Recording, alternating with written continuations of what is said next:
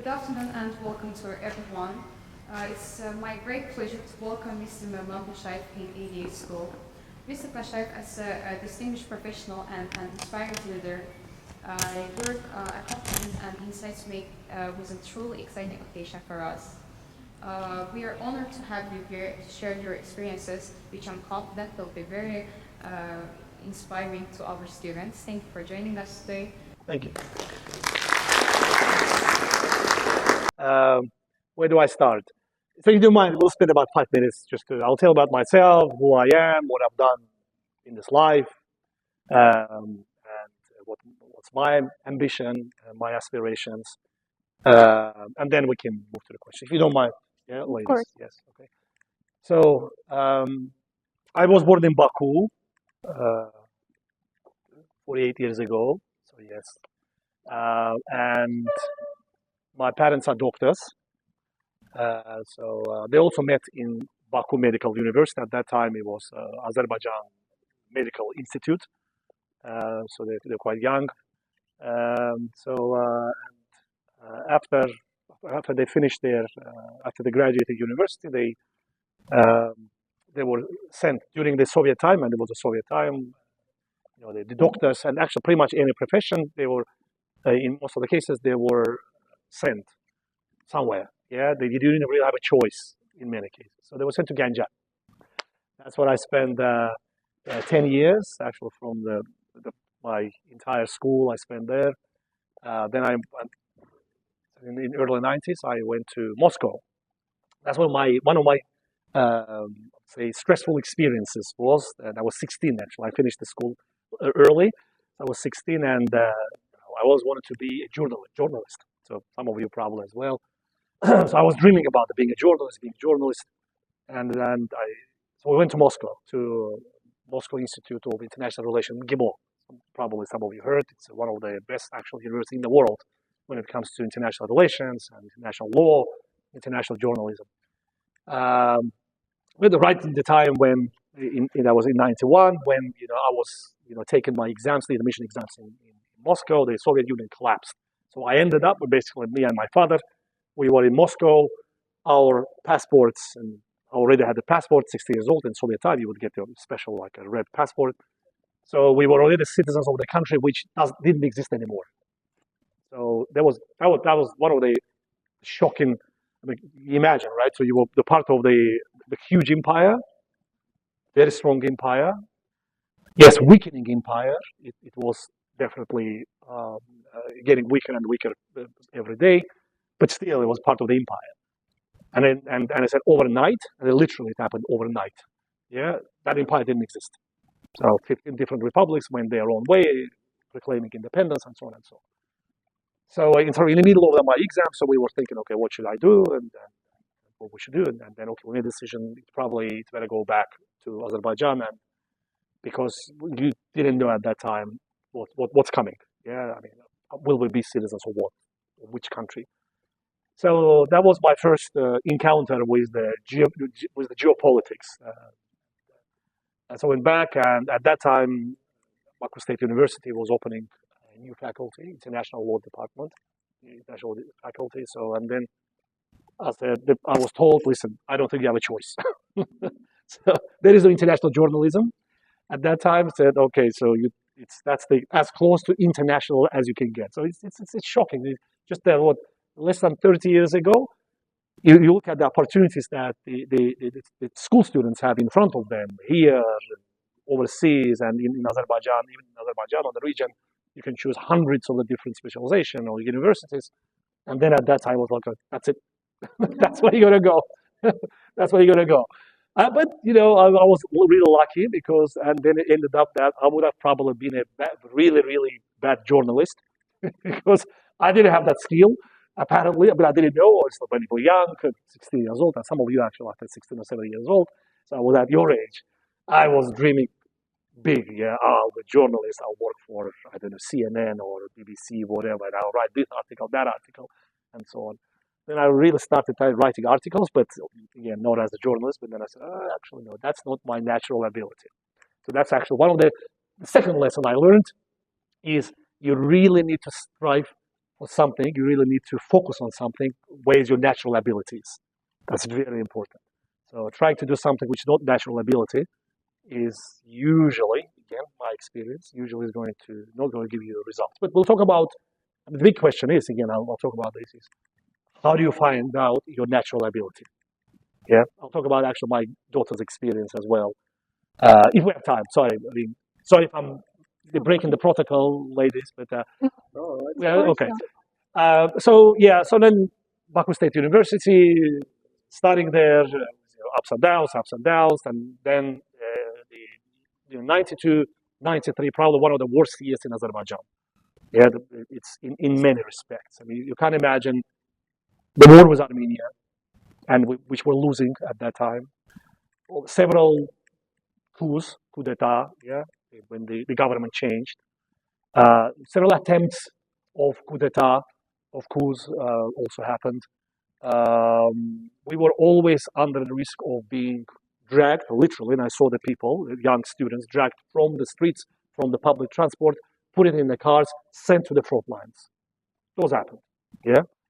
And it was scary time, and so we had to not only learn, but we had to actually survive, literally. I mean, survive in terms of your life was at stake.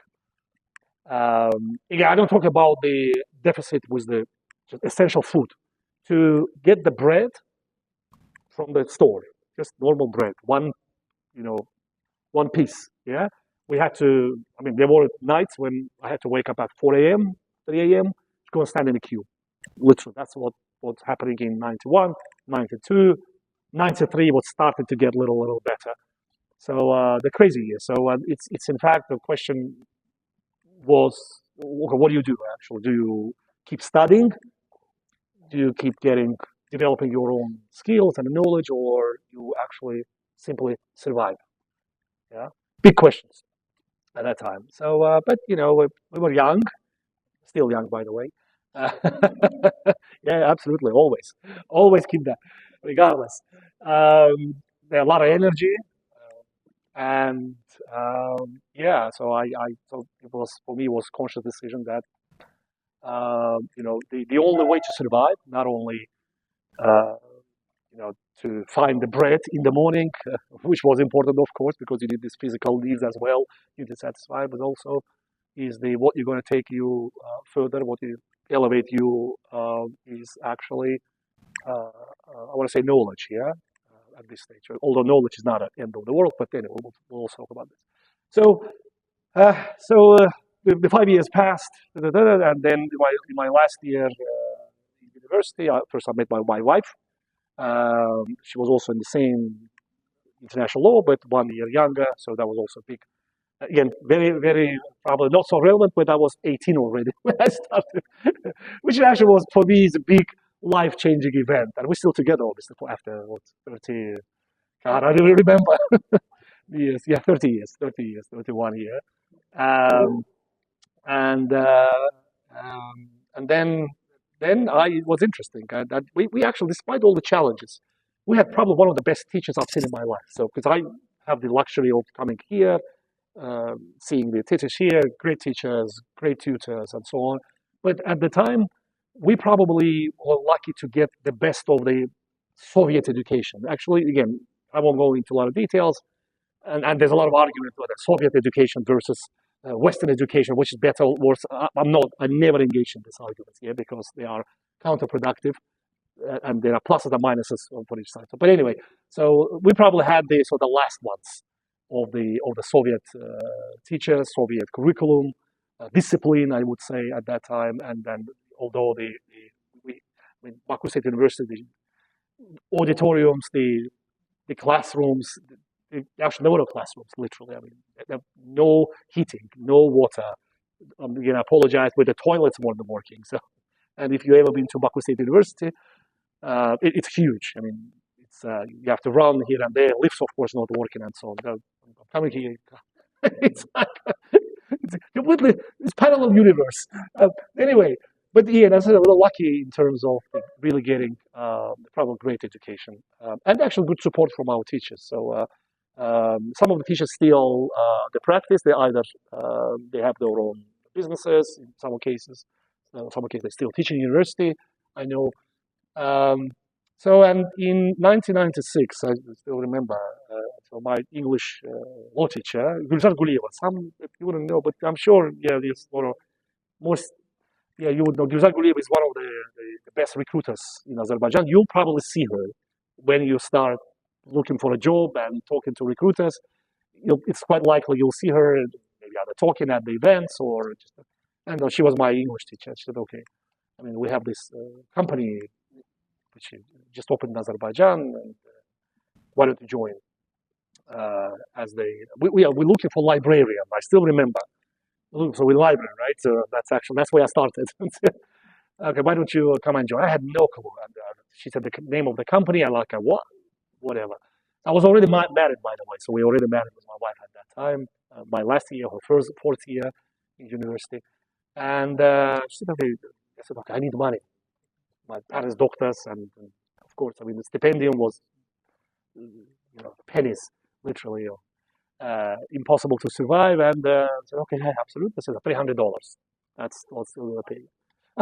Actually, it wasn't bad. It's true. Actually, it wasn't that bad. But again, for one person, yes. But if you keep it in the family, if you maintain the family, not really.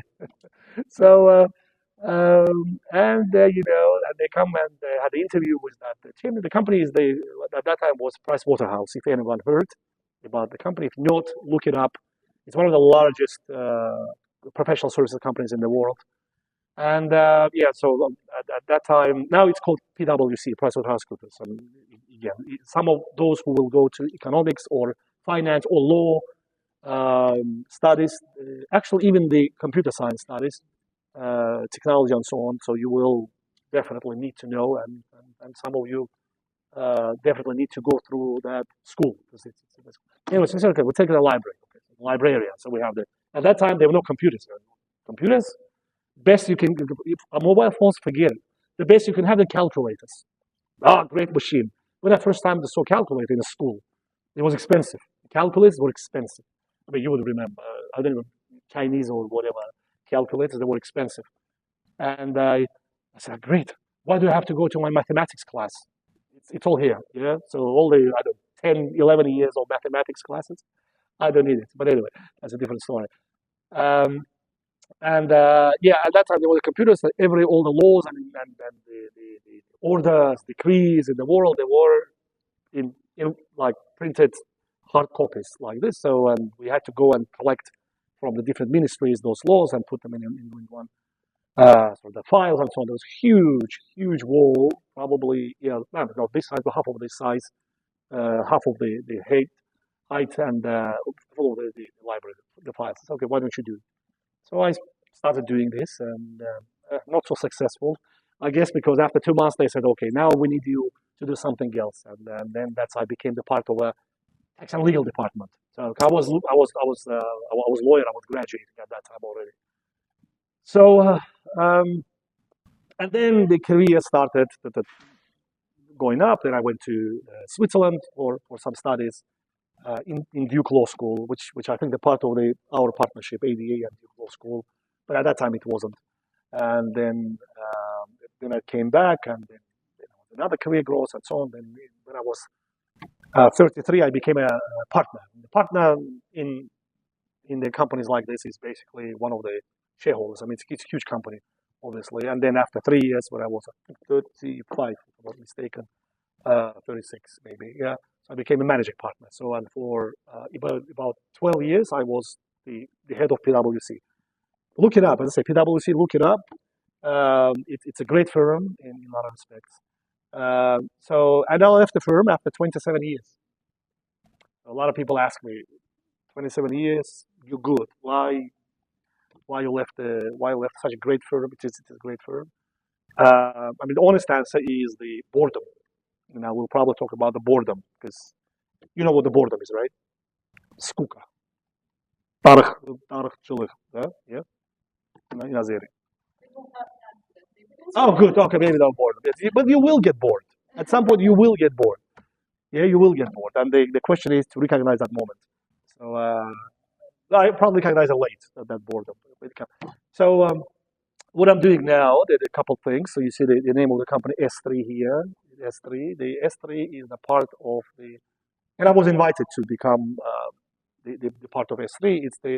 It's you can call it startup within a very big Abu Dhabi-based holding. It's huge. It's one of the largest actually in the region, if not the largest. So we do a lot of climate change projects. So very topical, obviously, especially with the COP.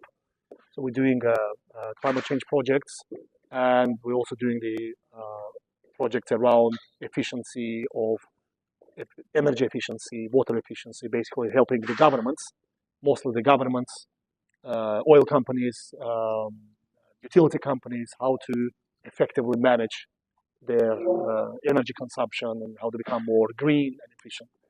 So in Azerbaijan, we're having several discussions around that. So, sorry, that was a very long introduction. I promised, ladies, that it will be a short introduction, a very promising introduction. So I thought it would be helpful for you to know a little bit more about myself and what I do. And then I stop here, and I'm ready for your questions, ladies, or ask me anything. Again, I've been around long enough, and I've had this kind of talks quite a few times, so you won't embarrass me with any question, and you can challenge me. Uh, I might be puzzled, but I'll be honest with you. That's what I can promise. Okay. So I would Back like to you. to refer again to your early stages of your life. As you mentioned, both of your parents were doctors, but in any way, did they influence your decision and choice and career path? I was lucky. I was very lucky with my parents. My mom died a few years ago. Oh, thank you. But I think we had a really good combination. Dad is being more strict, but every day what we did, and for my school, yeah, not university, obviously. University I was more independent. For my school, we would sit down every day, like when I say every day, and actually Saturdays, and actually Sundays, going through the homework, going through the actually when we do the homework, the minimum, bare minimum homework, he will always he will always bring the whatever I call as extra materials. Yeah. So if we talk about, for example, if we look at some historic events, again we read the book, the school book, the whatever it's called, and then okay, that's a minimum you do. Yeah. Okay. Good. You memorize. You understand. You can connect dots between the events, historical history. But then actually he would go and pull out, and we had a huge library, huge library. I grew up in a huge library. Our home was a lot of books. Yeah, they would pull out usually the books and said, okay, listen, but there is this perspective. You read the official side of the story, yeah, which says this event happened because of this and that, but there is this side of the story as well. So you need to understand. That's actually was probably one of my biggest lessons in my life as well, and I'm really grateful to my father that he did that, because not only you read what's in the book, yeah, it's always the official story. Every book in every university official, yeah, so it will be official side of the story. There's more than that, and sometimes it's concealed, or sometimes it's misinterpreted. Consciously, subconsciously, it's a different. Intentionally, unintentionally, it's a different matter. Yeah, but actually, any book is just one. It's one-sided story, regardless how genius the author is. Yeah. So that's actually what I learned. So I think that's one of the biggest influence. Mother was a little different. She was very caring. So I was also a strict father. Read, understand, extra and so on. Mother was protecting me from that. So I think from this point of view, yin yang, if you wish. So there's huge influence, absolutely huge influence. Yeah, mother taught me about how to like people. She was more of an emotional side. So father was more intellectual side. Mother was an emotional side. This is extremely important. Yeah, you can be the best expert in the world, but if your emotional side, if your empathy, your understanding, what they call the emotional intelligence, you've heard the term, yeah, emotional intelligence. Yeah, I think that's a really good term. But really understanding the people, feeling the people, girls are actually much better than men. Actually, I know from myself, from my daughters. My daughters teach me a lot of things, and they don't leave us with that anymore. They are overseas now. But anyway, I learn a lot from them, from my girls, and it's boys again. Boys, I'm sorry, boys are sometimes very stupid. Again, applies to me, applies to me, applies to me, applies to me, because they're stupid in the sense that we don't. Sometimes it's very difficult for us to feel. Yeah, that's emotional side. It's important. I know it's not about being soft. No, it's not about being soft or weak. No, it's actually being able to see more than just what's written or what's on a face value. There's much more than behind that face value. Yeah, much more than that.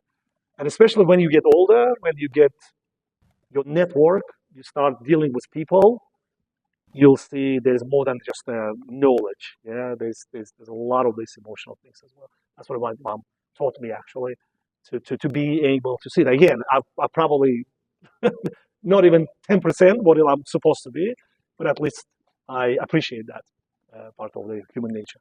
But also a lot of nowadays young kids, they feel pressure to follow their parents' footsteps. Yes. Do you think there could be any change to that?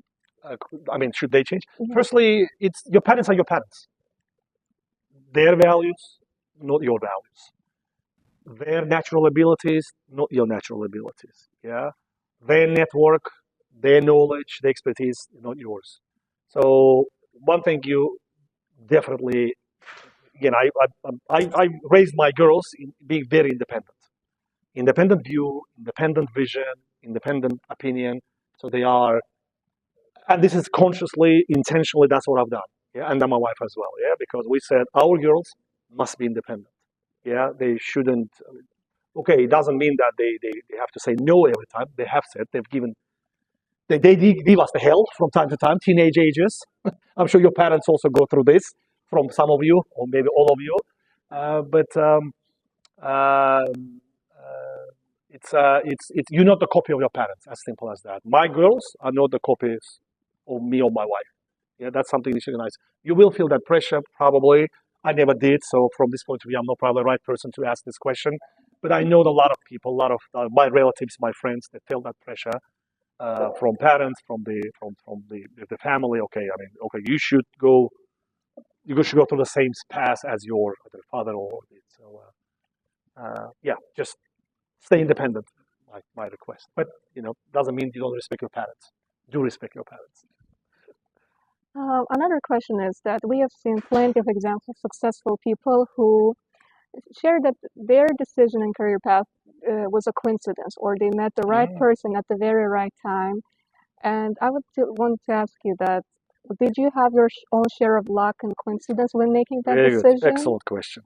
I've been asked this question several times, and I always have the one very simple formula. Yeah, I always say that luck is where preparation meets opportunity. Yeah, it's very simple formula. So luck, what we call luck, yeah, is preparation and opportunity. So you need to be prepared. Yeah, yeah, it's not me. I didn't come up with it. I don't even remember who came up with this formula. So we need to be prepared. So when opportunity comes, we jump on it, we grab it, and we action on it. I mean, okay, we sit down and do nothing, just wait for some lucky draw, or prize, or lottery to happen. It's only lottery. That's the only way it was for lottery. But if you want to, I think you want to succeed, you really need to be prepared. And how to prepare? Okay, it's another story. So yeah, I don't believe in like luck in sheer form, but I believe in when we, as I said, we prepare and we start see. Once we prepare, we start seeing those opportunities around us. Thank you. And another thing we want to ask is, when choosing majors, I mean, most of us are now in year 10 and 11, and we are preparing for our university admissions. Do you think there is a right way to choose your major, and how relevant those majors will be in the future? Can we predict that? Yeah. Again, two things. Again, a lot of young students, university or schools, and they ask the same question. Um, Two things. Yeah. One is you really need to find your natural ability. What are you best at? Yeah. Again, I promised to give the example of my younger daughter. Hopefully, Yasmin wouldn't hear about this. She doesn't like when I talk about this, but I'd like. I will. And I already talked with someone, and for her last 3 years before she moved to UK, she graduated school, finished school there. She spent 3 years uh, really preparing for computer science. I was very gently telling her, Yasmin, I'm not sure this is yours. Yeah, it's just from what I see, but I never pushed. I never pushed. I said, why don't you actually consider some other fields, maybe some other? Oh, no, no, no, no. I'll go to the school in the UK. I'll do the computer science there. Then I come, and then I went. So I'll go somewhere else, and I'll do my computer science. Okay. She spent 3 years. She spent 3 years, and then in Azerbaijan, in the Oxford school, you probably know, really good school in a lot of sense, and doing maths, a lot of physics, chemistry, and whatever, preparing her for A levels, and then she went to UK to finish her A levels. And after 3 months, literally 3 months, yeah, she's calls me and said, actually, I should change the subject. Yeah. So she suffered. She suffered doing something she wasn't. Her brain, her intellect wasn't fit to do it, probably, and then she suffered when she went to UK, and then she found out in completely alien, foreign environment that she's not going to succeed there. And she quickly saw it, okay, and they changed it. So did she lose 3 years? Okay, I mean, we can argue yes and no. Obviously, she gained something. Could have she used it to gain different experience and different knowledge? Maybe, yeah. So it's difficult to say. So what I'm saying is, but the really big question, and also, and I had this question with my employees from time to time, is okay, how do you find your natural ability? How do you know that your natural ability is computer science or law or history or whatever? That's the most difficult part. Yeah, I don't have a solution for that, but you need to start the process of understanding this. And however you do it, there are ways. You can you can go online and you can find thousands of the different ways. There are psychological tests. There are special, very scientifically proven questionnaires that kind of shows you where you're. And again, once you start your professional career, you'll see those thousands of different tests, which tells you okay where your strengths are. Yeah. So you need to do that. And as I said, there are different ways how you to do it, and I do it from time to time, despite I'm already quite, I would say, adult. I still do it every 3 or 4 months. I go through different sort of questions. Okay, where's my ability? What I'm good at? What am I bad at? You really need to understand. It's probably one of the most important, I would say, steps you need to make your, I would say, life one of the life defining decisions. And I'm not joking, and I'm not exaggerating. Because if you find out what you do best and you start actually working on it, then you spend your time, energy, money in the most efficient way. You start doing something that you're not good at. Again, you might become from bad, you might become average, mediocre. Actually, from bad, you can become excellent. It's possible, but the question is how much time and energy it's going to take. Yeah. So that's one. The second is, which is probably even more difficult thought is you need to stay relevant to the current situation. Basically, what the world needs, not Azerbaijan, not the region, the world. Because honestly, the way I'm looking at you, you're not Azeri citizens. I mean, you are Azeri citizens, but you should not be. You are global citizens. Azerbaijan, and that's the ambition of the president. I always said that we are preparing our young generation to be the global citizens. I mean, they should do whatever they computer science or the law or finance or economics in Azerbaijan the best, and they should be also the best in US, UK, I don't know, Africa, China, whatever you name it. Yeah. So it's a so, and again that's a big question. Okay, what is the relevant subjects? What is the relevant professions? By the time you finish, what you are, 30 people here or 20 something here, probably some of the professions will already become completely obsolete in 10 years time. You're preparing to become a computer science, doing whatever coding. Maybe I don't know, 5 years coding will not be needed and it will be done by AI. Same about the law. You know that there are already bots that prepare contracts. You don't need to do anything. You just tell them, okay, I need a contract on whatever, transportation of books from this country to another country. Here you go. 5 minutes, the contract is ready. Yeah, or review this contract for compliance with whatever Azerbaijan legislation or UK legislation, and it's done. So same with consulting job, but I spent obviously 27 years in consulting business. Same thing. So you go to AI, and it gives you a report, it gives you data. So I don't know. I mean, if you ask me, okay, what's the relevant profession in 10 years? I don't know. Maybe it will be computer science. Maybe it won't be computer science. It will be something completely different. Yeah, and maybe it will be law. Maybe no. Or maybe law will transform into something completely different. It will be law, but not real law. So yeah. So as I said, two questions. Yeah, find your natural ability, what you're good at. Secondly, find what's relevant for the world. Yeah, and none of them are easy. The second, actually, probably the most difficult question to find. Yeah. So I don't know. I mean, again, I hope I can give you answers. I hope I can. Okay, guys, you need to do this. Go do A, B, C, and D. You'll be successful.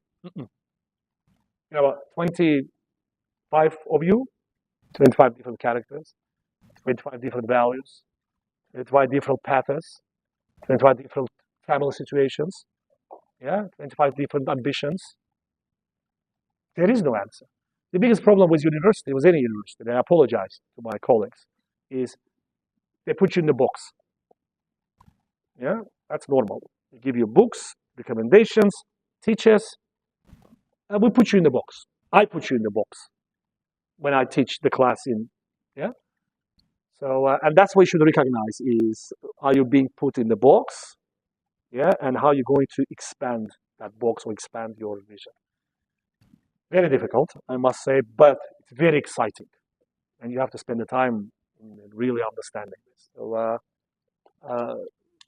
have your eyes must be open. You should see the world as it is, not as your friends or your parents or your colleagues see it. You should see the world as it is, as you see it. Yeah, sometimes you will understand what I'm saying. At this point, it's what is this guy talking about? You'll see. Sorry, I know it was also very long answers to your questions, ladies, but I'm trying to share my experience. Yes. But say that someone chose the right major, but Right still, major, okay. yes, based on your experience, are there still any qualities that they need to possess aside from skills that Skills, yeah. would determine whether they're successful or not? Yeah. To become successful, or Yes, skills or qualities or sorry, personal qualities. yeah, I mean, yeah, obviously, as I said, what is the knowledge? Okay, let's talk about the knowledge. What is the knowledge? What are you taught in the school or and then in university? What are you taught in the school? What are they giving you in the school? Like in school, what have you what have you been getting in the school in the last 11 years? Knowledge. Thank you. You're just getting knowledge. Can AI do it? Yeah, AI exactly the same thing, right? It accumulates the knowledge. Yeah, it accumulates the knowledge. We will put the algorithms, we will accumulate knowledge. Then it gives you analysis, gives you results. Do we want to be AI? Yeah. Do I look like AI or you like AI? Yeah. I mean, they do robots. They look like us. Yeah, but it's going to stop anyway. So they making people. Sorry, the robots are looking like people. But anyway, so that's what it is. That's what the university does. Again, I'm sorry to say that, but it's true. Yeah, I believe in this. They give you knowledge. They accumulate, and you accumulate that knowledge. Accumulate. Okay. Question is, what are you going to do with that knowledge? Yeah. And we don't have the same algorithm making abilities like AI. AI can do analysis much better than us. Much better than us. It's much smarter. You go to ChatGPT, even the free version ChatGPT, it's much more smarter than all of us here together. Right? Okay, now the question, okay, what are we going to become? Okay, what are the skills that besides the knowledge that we should have? And as I said before, I don't have an answer to that question. It's a really open question because you need to decide for yourself. Some of you will say, okay, basically you need to find something that will distinguish from AI, because AI will replace you. I mean, things. It will even replace computer science. It will replace lawyers. It will replace accountants. It will replace finance people. It will replace designers. It will replace everything that is just simple knowledge. Because as I said, it can do the job much better than all of us. Yeah.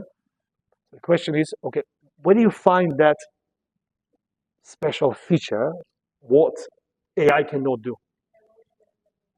Maybe. Whatever. Some people call it creativity. Actually, creativity, if you look at what AI does with the music, with the painting, yeah, actually, even creativity. So the question is, who are we as human beings? Are we just binary? Huh? Yes, but maybe. So are we binary codes? Simple binary codes, 1 to 0, 1 0 1 0. I mean, some people say yes, which is simple algorithms with simple chemical reactions happening. If we can read those codes, and there are attempts actually to read those codes, in fact, we become we are also machines as well. I don't know. Maybe that. So really, and that's the part which you need to find. Okay, what distinguishes me from AI? Because AI is definitely, we know AI will replace a lot of those professions. So again, I wish I would answer. I mean, I had answer for myself, and again, I'm still looking. Although I'm 48, I'm still looking for the answer. Okay, what am I doing best? What am I not doing best? Okay, what's my best ability? Can I develop something, or I shouldn't develop something? Okay, by this age, you usually come to the answer already, more or less. So you know, okay, I can do this best I know. But still, you can develop things. So I would say, okay, if I could probably mention one thing, just that what they call the critical thinking or self-analysis. That's probably the most important. If you can do self-analysis, if you can really understand, again, goes back to what I just said about understanding yourself better. That's huge step forward. Then basically you're on the right path. And then once you're on the right path, okay, I can do this well, I can do this better than AI, and whatever it is, yeah, then you're on the right path. Then it's going to take another many years to really develop, hone those skills and those abilities. So the answer is, as always, it's up to you guys. It's really, you need to make that self-analysis and the critical thinking. Yeah, more or less. Yeah. Again, guys, I wish I could give you the answers. I have the answer for myself, but not for you. I don't have those answers because you are different than me. Yeah. And Yeah, go ahead. and the last question from my side, so we can move on to audience question, Sure. is what would be your dream model for Azerbaijan's business environment of the future? Should it be similar to the Western model, or are we forever compelled to our local peculiarities? Look, I like that because every time you go to the government officials, you try to say, okay, what about this? What about this? No. You don't understand. There are local realities. The local realities. Okay, what local realities? Okay. Excellent question. Excellent question. Actually, first time people ask me this question, to be honest. Um, ideal. I mean, there are different ways. There are schools of thinking about what's Azerbaijan. Firstly, we need to recognize that as the business environment, we're still very much in evolution stage. We already out of former Soviet Union, I would say, the Soviet planning economy, but we not in this. We are in the system which is really not born yet. I mean, amazing. We are in that transition period that we're not in the past, but we're still not in the future yet. Okay? So, and to be honest, not even my generation, it's your generation who has a vital role to shape it up. You will shape it up. Probably not me. Yeah. You will shape up this new economic system, economic model. So I'm a libertarian by nature, so I always against uh, the big government presence in the business. I'm always for liberalization, for open market, and so on. I mean, once you start learning more about the economics and the history of the business and so on, so you'll see there are globally there is no consensus about what's the best form. Yeah, so some people say okay, Scandinavian model, some people say Singapore model, some people say Korean model, American, whatever. I mean, there's so many countries and actually the economic systems are the same. The probably one thing I dream actually to do it is actually really when our economy become more liberal and more supportive to small and medium business. Azerbaijan is a state capitalism. Yeah, you never, I don't know if you heard the term. You will hear the term if you start learning about the economy. It's a state capitalism. So I wish we'll reduce the role of the government less and less, and open up more opportunities for people, actually for like all of us, to do business in a more independent way. But as I said, we are in an interesting period, so we can either go this way, become more state capitalism, or we can go more liberal. And I think well, probably next, I would say, 5 years, we're going to see which direction we're moving. Yeah. Okay. So Oh, we can move on to audience questions sure. if anyone has. I just have a question to say that what is the entrepreneurship? I Yeah. don't know, as you have a startup related to the climate change, how you did get this idea, and do you have any tips for the people who are now Startups. Yes, for startups. Because Very I good. want to go in this. Yeah. No, it wasn't my startup. As I said, we are. What is it? We are part of a much bigger holding. It wasn't me. I don't want you to stand, please. Yeah. So that's one. So to be honest, but I have my own small startup, kind of startup, which is around consulting. You know, it's impossible with 27 years in consulting. You can just forget it. You know, you still want to. Um, so I mean, we startup. Yeah, it comes again. I'm not going to say anything new. Any startup with the idea. So firstly, if you have an idea, you need to work on it. Yeah, you need to really see whether it's relevant for the times. Yeah, so there've been ideas that I've come up with my friends, and we discussed, and some of them were crazy ideas. So I always say that it's better to have 10 crazy ideas than zero, right? Because out of 10 crazy ideas, the one will work. And I always say to my employees the same way. Yeah, I said, okay, you should not. So firstly, don't be afraid of any idea. So if it's um, you also, when it comes to startup, we're talking about one advice I always give to people your age or older than you is you need to find a good mentor. Actually, find a good mentor is full stop. Startup, not startup, business, not university, doesn't matter. It's extremely important for you, and I always say that I didn't have that luxury to do. After I left my family nest, my home, I didn't really have a mentor. I had to learn things myself, hard way sometimes, making mistakes. I still make mistakes, probably every day.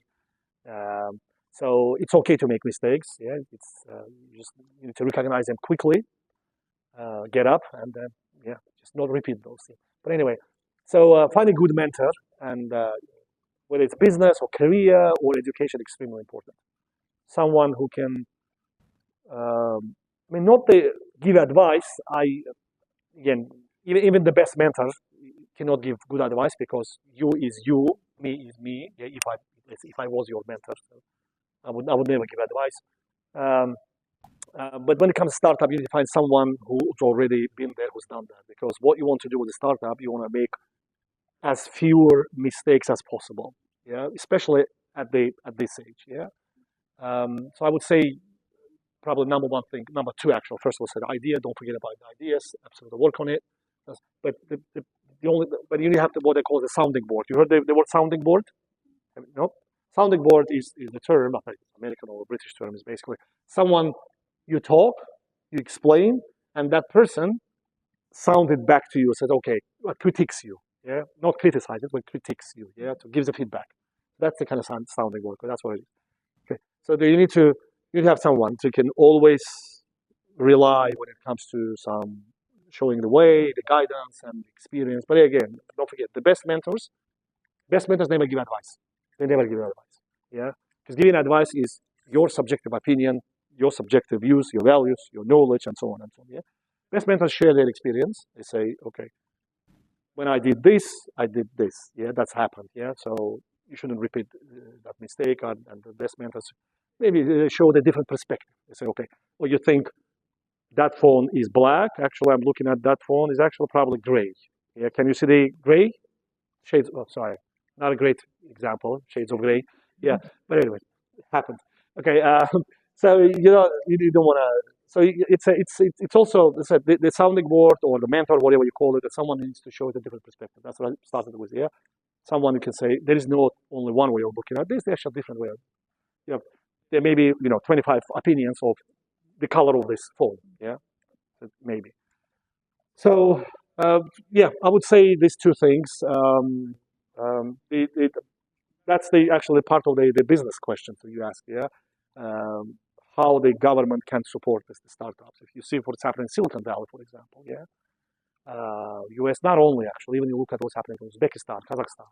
Yeah, there is a big support for our startups. I wish we also start doing the same thing. It's still very expensive to start a startup. Yeah. So from this point, the reason I'm saying this is you have to be very careful when it comes to financials. Yeah, because startups, 70, these statistics, right? 70% of the startups they die after second year. 70%. It's a huge number. Some people actually even say it's more, 90%, but whatever. So that's why it's the preparation for the good analysis, understanding, and the relevance for the market is important. Yeah, or more or less, yeah. Hey, okay, and yeah, go ahead. You see, quite typical, huh? The moderators are girls. People who are very active, and I can see the way they're listening.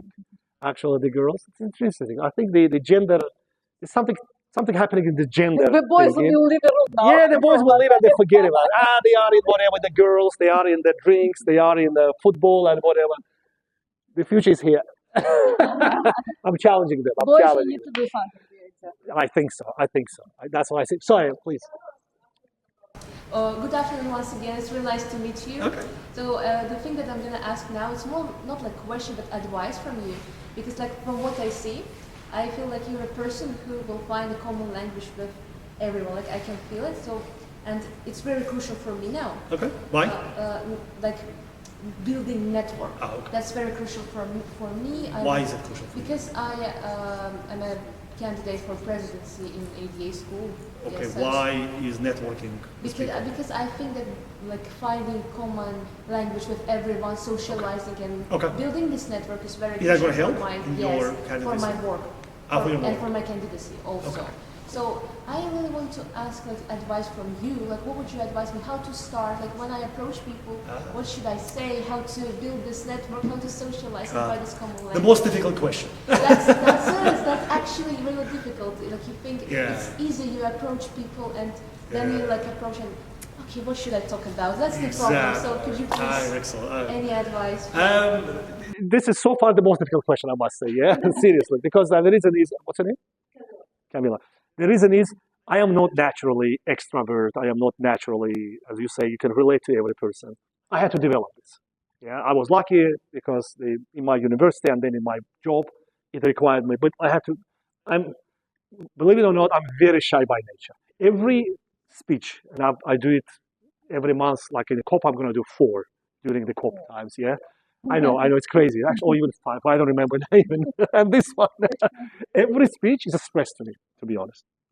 Exactly. Right? When I say to people the same thing, they say, "What? You've been doing this for like 30 years, every month, several speeches and whatever, moderation of the panels. Every time it's very difficult for me. Every time it's difficult to get on the scene.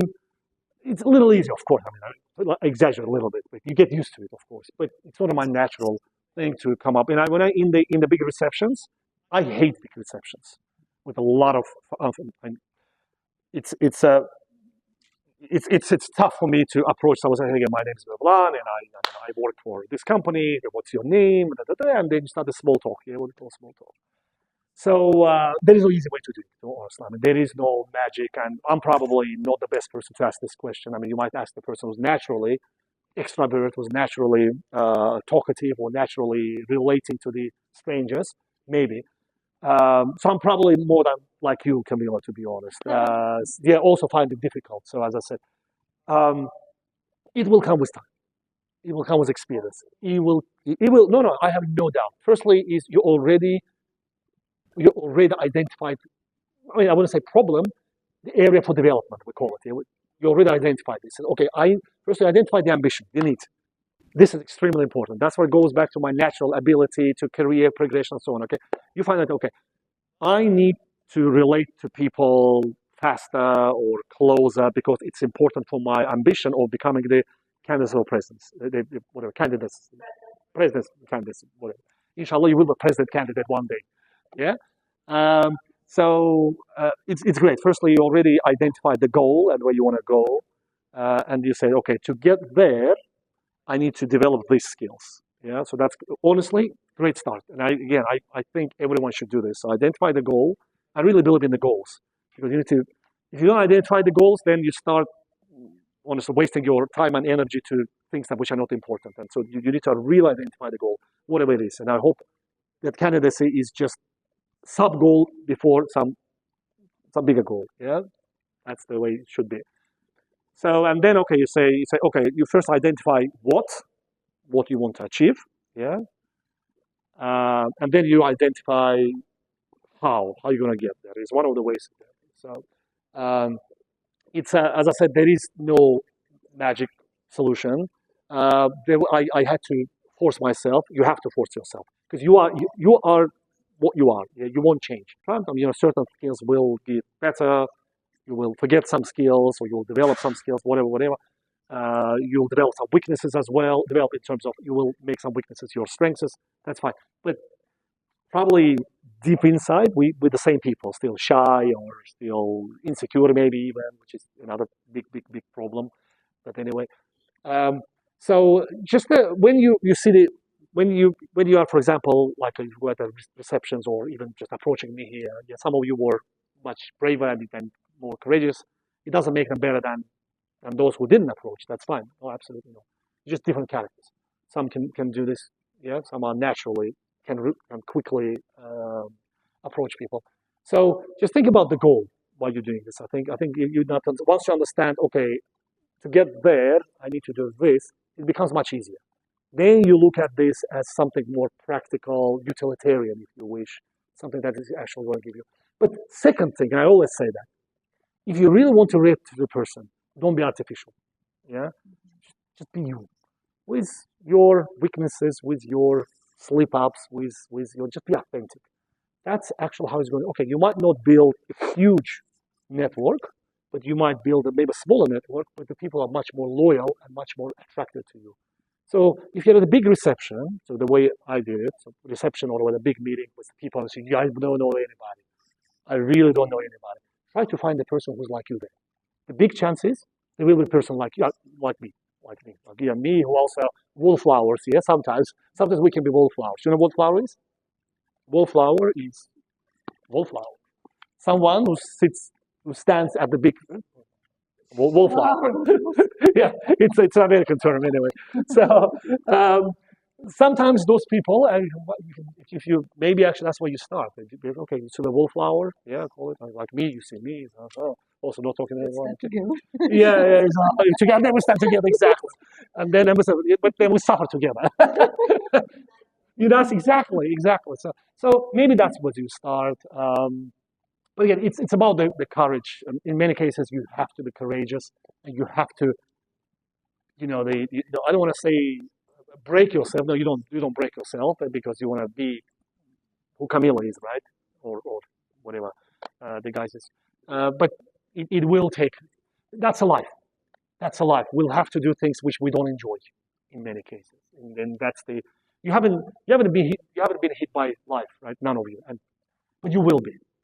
You will be. I mean, that's the life. That's how we're going to be. So, but so far, it's as I said, it's as long as you put the goal, as long as you understand, and then you learn with the experience how to do these things, and they won't be easy because we'll do these things, do it not naturally. So, but it will come with experience. It will come. No, yeah, go ahead. Okay, good. Yes, very good. Someone savior. My question is that I think you have experienced a lot and faced a lot. So, of course, it shaped you by meeting other people. But I'm curious, have you read a lot of literature like that? So, my question is, can you give us top 5 books, but without any small context of it, because it may be spoilers. So maybe top 5 books by Movlan. God, that's an excellent question. Um, yeah, I read a lot of books. Unfortunately, I don't read as much as I used to be, as I used to read. Um, and let me see. My top 5 books.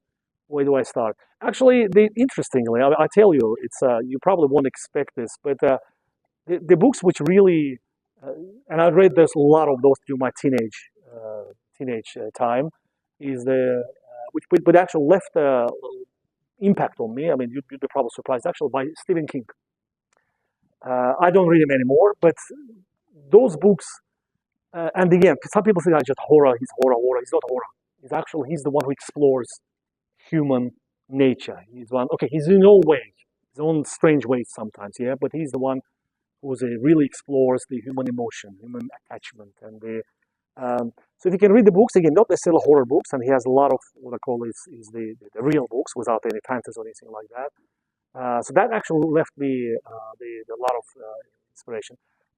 Gave me a lot of inspiration in the teenage years. I still remember those books, most of them. Then another book which actually I quite read in when I was 19, 20 is already so my when I was a student is by Nietzsche.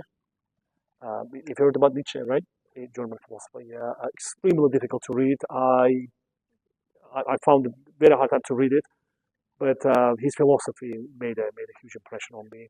Then I started reading some of the literature and so on. But when I became 40, I actually stopped reading fiction. I just stopped reading fiction, any fiction, full stop. My most interest, again, I can name in many books there. Actually, one book which I really recommend for you, it's really made a huge impact on me, is the by Harari. You know Harari? Yes. He was in Baku, I think about a year ago. Unfortunately, I couldn't meet him. I really wish. Read his 3 books. His most famous 3 books. Exactly. This is actually probably I would say, one of my favorite books in the last 5 years. And the reason is, um, first, the guy looks at interest. He looks at the past, present, and the future, right? And both of them are written in a great language, very easy to understand. But the great thing is, he connects the dots. That's what I enjoy with any book. If you connect the dots, this event triggered this event, which actually meant this, and it meant that, and so on. So it's actually, if there was, you ask me actually which 3 books to read. I wouldn't say they are most favorite. There are a few other ones, but most relevant, I would say, for you, read those 3 books. In Russian, English, Azeri, I think it's already published in Azeri as well. But in English, obviously, it's his native tongue, although he's from Israel, but he has written them in English. So those 3 books, I would say, if you can focus, when it comes to non-fiction. Yeah, fiction, there are a lot of books, but yeah, you don't, you know better. Yeah, so those 3 books, I would say. Okay. Other questions? Sorry, I know. Yes, yes, go ahead. My question isn't aimed to challenge you. That's Instead, I want to No, please challenge me. No, instead, I want to get some advice. Sure. So, which knowledges do you recommend us to learn, regardless our major or career? Knowledge. Yeah, Wait. but maybe languages or business skills, something Oh, like okay. that. Okay. Great question, by the way. I would say knowledge. Honestly, you can go because knowledge, as I said, it's about your natural ability. You can be great at chess, or you can be bad at music. Again, I'm making this up. Maybe you can be great at both. Yeah, I'm not talking about that kind of knowledge, but the knowledge which really helped me in my career, in my life, a knowledge or skill, I would say, skill. Yeah, is probably be more adaptive. Become adaptive. How you learn this, it comes with experience. Yeah. But become adaptive, that means you need to start reading people. Yeah. You need to really start understanding not only what people say, but also actually what they don't say. Sometimes it's ability to read the silence, yeah, or things that are not said rather than things are said. Yeah. So I would say and it's very difficult, honestly. It's very difficult skill to, and for me it was difficult. Maybe for someone will be easy. Yeah, for me it was difficult. Is to become, because as I said, naturally I'm not very extroverted. Again, believe it or not, I know. Some people say that. Like, anyway, so become again adaptation. It doesn't mean you have to bow and you have to kiss someone's toe, the feet and so on. No, I don't mean that.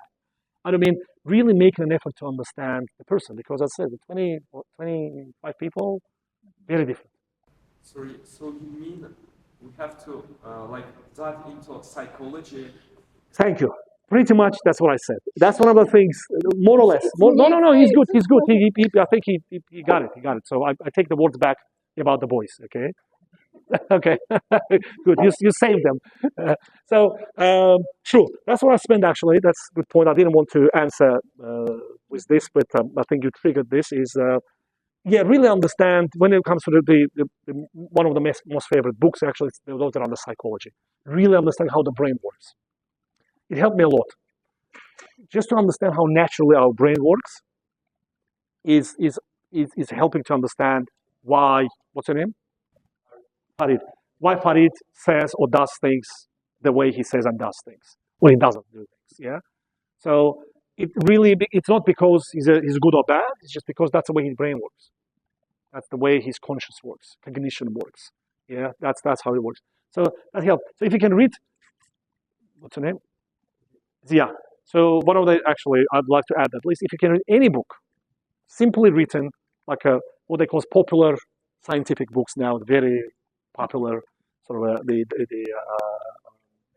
category of the books now is something very simply talking about how the brain works. Even articles doesn't matter. It actually helps you a lot.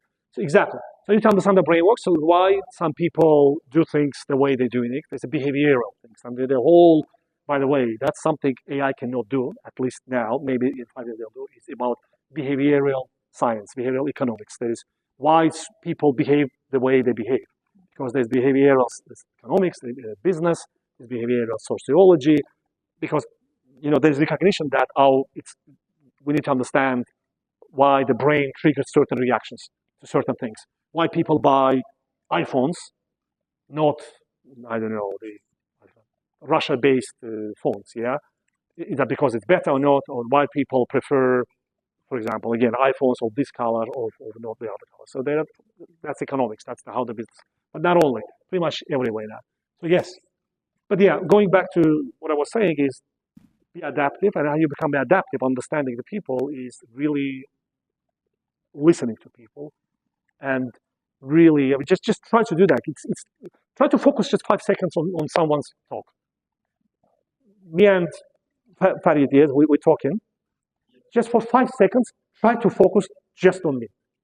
It's difficult. You know why? Because your brain goes all the way. Oh, I need to do this. I need to do that. Oh, this boy told me this. My colleague told that. My parents did that.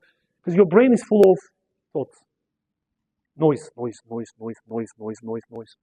Especially now, at this age. I still don't have. So the most difficult part, honestly speaking, with our head is how to calm down that noise. There's a lot about now. You're listening to me, but here in the background, you have 50, thousands of different thoughts going there about anything. About your shoes, nothing wrong with your shoes, for example, or what your friend told you, or now I have to go to play football or whatever, to go to the restaurant now. It's all there. It's going there. That's the part, the most difficult. I haven't been able to. I'm trying. I've been trying for many years, but very difficult. Everyone has that. Nothing wrong with those background noise, but that background noise that stops you focusing on the real things, on the people. And that's just 5 seconds without the background noise. Can you try? Oh, nobody can. Nobody. Not nobody, but very difficult. Very difficult. So short answer is try to figure out yourself. Try to calm down that noise and focus on the people. Try to be adaptive. I would say probably one of the most important, in my view, skills. I've seen people. I'll just give me an example. So I had an employee. So if you over time, just tell me stop. Seriously, or guys, if you want to leave, you leave. I can talk about this for hours because it's great. It's sharing experience, sharing things. I learned. I like sharing things. I learned. I had a guy in PwC. Yeah, I was 22 at that time. 22 at that time. Yeah, I was sort of not the manager level, but sort of before manager. So the guy came. He came from the tax service, tax office at that time. He's 15 years older than me, like 30 something at that time.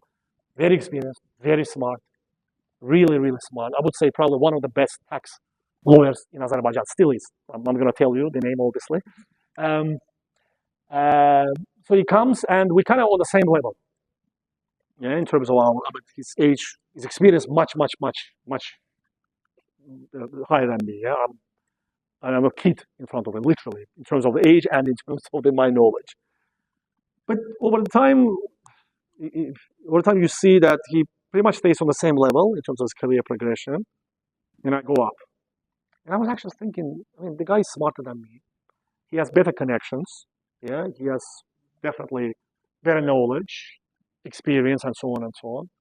Why he's not being promoted? Yeah, and then after a couple of years, I became his boss, by the way. Yeah, that was a little bit shock to him, I think. But anyway, but actually we stayed friends and we worked together for like 15 years or something. Anyway, so, and the question was, why? So what happened? Yeah, and then I was thinking actually, even to myself, I was like, why he's not being promoted? Why he's still same position for many years? And uh, the people around him, they don't see him as the big boss or something. And the answer for me was simple. I mean, not because the knowledge he possesses. They were talking about the knowledge, remember? Because he had much better knowledge than me. He actually even actually better experience than me, expertise, whatever you name it. It didn't help him at all. Yeah. So he remained technical expert, and the reason is he couldn't deal with people. He refused to listen.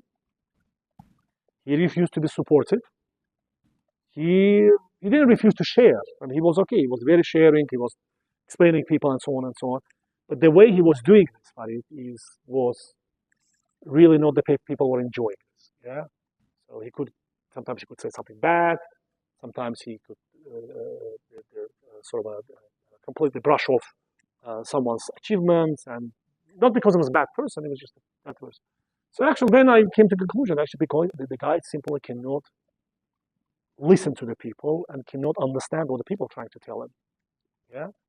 So and this is probably one of the most difficult skills in Korea, by the way, because you will all be career in the position. Sorry, you will all be in the situation where you have to make some career choices, and when sometimes those choices will be wrong. Yeah, but the most, I would say, one of the most valuable assets in a career progression is how you can deal with people, regardless, horizontally, peers, vertically, it doesn't matter.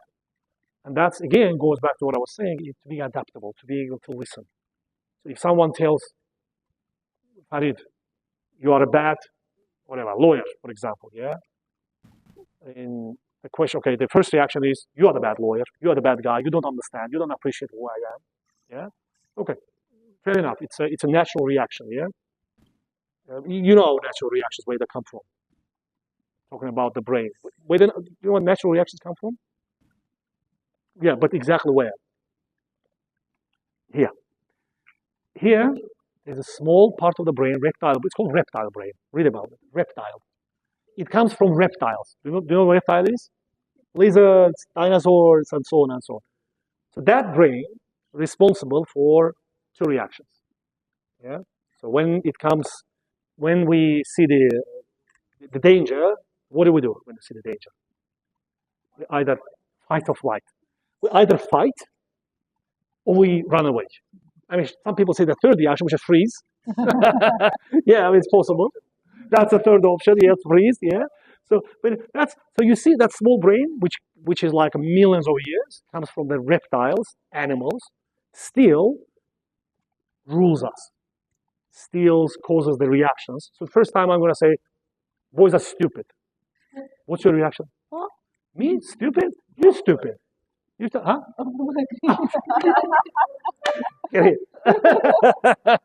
So it's okay. I don't mean really boys stupid, of course. Yeah, I mean, yeah, it's because I'm the boy as well. So So that's the first reaction. So they really, it will always be our natural reaction. That's the way how the reptile. So the question is, over the years, we should start controlling this reptile reaction. It's natural. It will happen. First reaction will be like this: you stupid. I'll prove you that you are stupid. I'm not, or you bad lawyer, or you bad father, or you bad son, or daughter, whatever. That's first reaction. Yeah? So the question is to recognize that reaction. So it comes from here. Yeah, it doesn't come from here, and that's this part, which is why the girls are smarter than boys. It's a medical fact, is because the brain is bigger. What they call it, what's in English anyway. So the part which is responsible for the multitasking, for the thinking and the critical analysis is this thicker than ours, than the boys. Sorry, boys. Sorry, it's the same applies to me. Yeah. So that's why they are smarter than men. That's for sure. I mean, it's proven fact. That's why we should stop controlling. Start controlling that reptile brain reactions. That's the most important. One of the most important things is that's why you're really good. I mean, seriously, that you identified the very issue that we should be looking at. Psychology, how we control the brain reactions. Yeah. Sorry guys, I'm jumping from here and here. So you tell me, listen, complete rubbish. Tell us whatever. Yeah. Yeah. No, you want to challenge me, as you said. It was a challenge. Did I stand up for a challenge? Okay. Am I okay? Yes. Good. Thank you. I feel much better now. Yeah, okay, thank you. A great question. Seriously. Okay. Yeah. Go ahead. My name is Zeynep, and I Zeynep. want to ask you the question. You said that we haven't faced some challenges in our lives. What was your biggest challenge during your career experience? Okay, and how yeah. you overcome this? Why you didn't say life? Why didn't you say your life? You said your career. Because life and career is different things, right? Yes? The big mistake. Oh, no, big mistake. One of the big mistakes when people make, and I always say that, when they say work-life balance. You heard about this, right? Work-life balance. What do you do when you say work-life balance? What do you do? You say there's a work, there's a life. That means work is not your life. Guys, you spend in university more time than with your parents or with your friends. I mean, not work. Work, when will it become work? So how can you say work-life balance? Even in the term, in this phrase, there's a very big contradiction, and actually very damaging contradiction. So firstly, whatever you do, career, job, education, school, whatever, it's all life. It's all life. It's all part of your life. If you start saying, oh, I have a work and I have a life, or I have an education, I have a life, I have personal, not personal. Unless you're schizophrenic, psychopaths, psychopaths, what do you have? You have several identities, yeah? Usually 2 or 3 sometimes, yeah? Unless you're that, not you. Whoever. Me, that, we're one person. We're one person.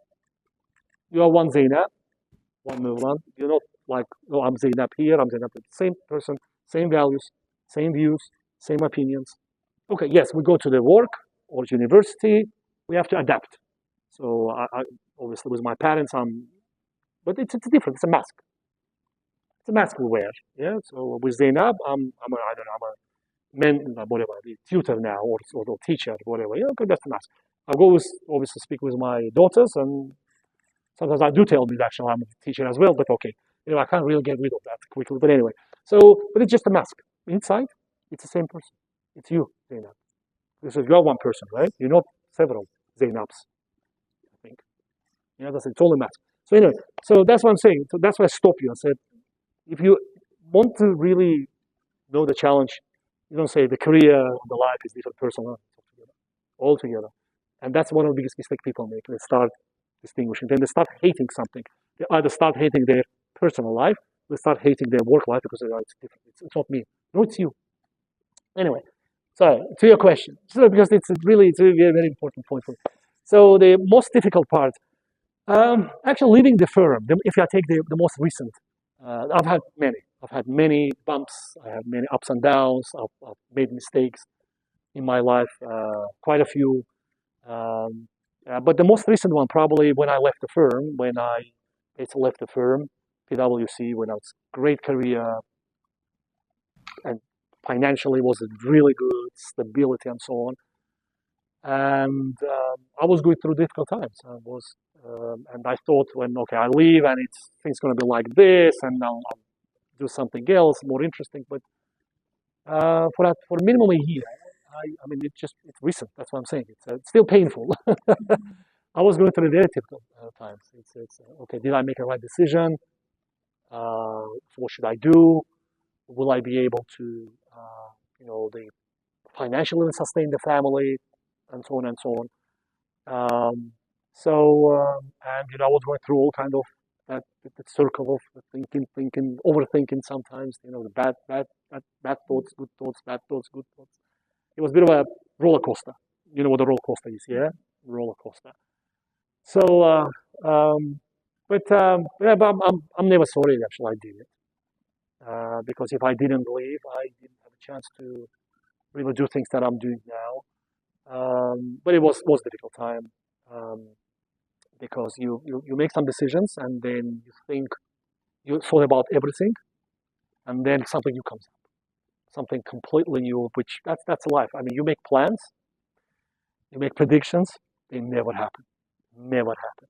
Yeah, whether in your professional life or in your personal life, it will never happen. So, that's one of the lessons learned. I learn lessons every day. Yeah, so that was the lesson I learned. Is actually, you never know where the opportunity will come from. So as the opportunity came completely unexpected. Yeah, which actually was making me happy and more realized as a person. So. Yeah, giving up what you do best, giving up the guaranteed place, giving up the guaranteed financial income, especially if you are 20 plus, it's no problem because you have 30 years minimum. No age. Yeah, now I mean your age 25, you can do it. What are you talking about? Yeah, but yeah, so that's why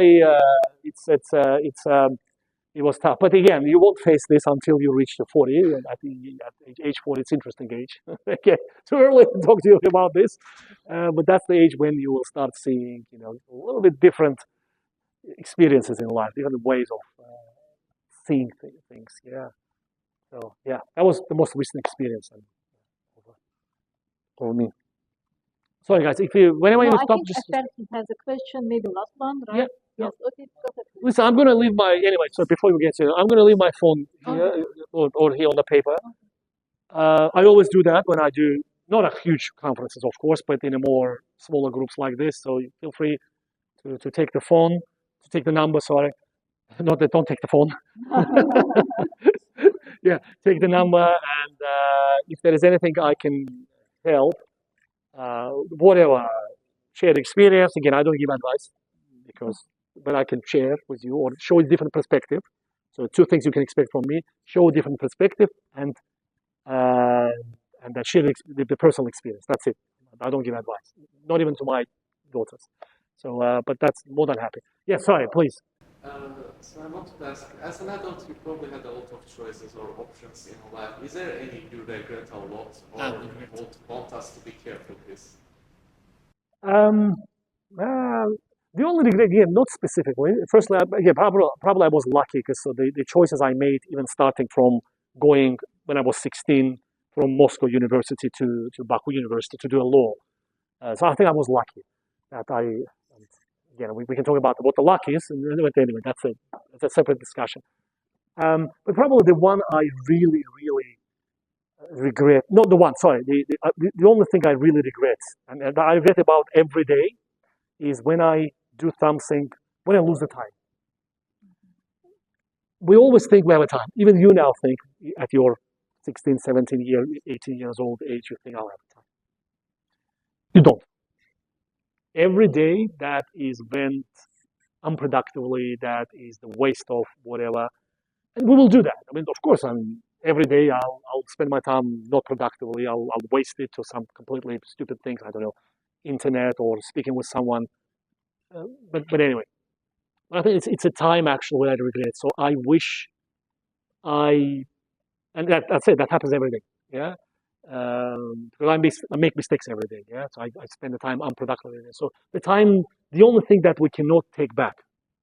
That's the only thing that we cannot take back. So if you can always be, and again at this age, I was even probably worse at this stage with a lot of time in front of me. And yes, I agree, more time than let's say I'll have in front of me, yeah, surely. But at least try to be conscious when it comes to how you spend your time. Yeah, meeting with great friends, absolutely, or parents, or playing football, absolutely do that. I'm not saying work or read or whatever. We're not robots, but at least be conscious when if you do I really need to spend the time on this crap or on this person or on this relationship or on this book or whatever. Just at least to make that conscious decision. If the answer is yes, absolutely, great. That's the conscious decision. But don't make those decisions upfront. That's the only thing probably I can think of as I said, it's every day. I do this, I make those mistakes every day. It's, oh God, I shouldn't have done this or I should have spent the time on this because I could have either read this or I could have spoken with someone else or I could have just relaxed, yeah, do nothing, yeah. So that's probably the only thing. But again, you'll get the feel of this when you get probably 40 years old or above. Now you don't get that feel. You don't get that feel of the time. Yeah, what is the time? What the value of the time? You will get that. The closer you get to say adult age, you will get that feel. So we should meet at the years with her. Oh, okay. You see, it's a very practical way of putting this. Very good. Yes. Oh, why not? Who knows? I'll be closer to 70 at that time. So who knows? The people do teach quite late. Yeah. Yeah, absolutely. On behalf of ADAlilar magazine editorial board, let me thank you. Right. Thank you. My pleasure was mine. Part two. Yes.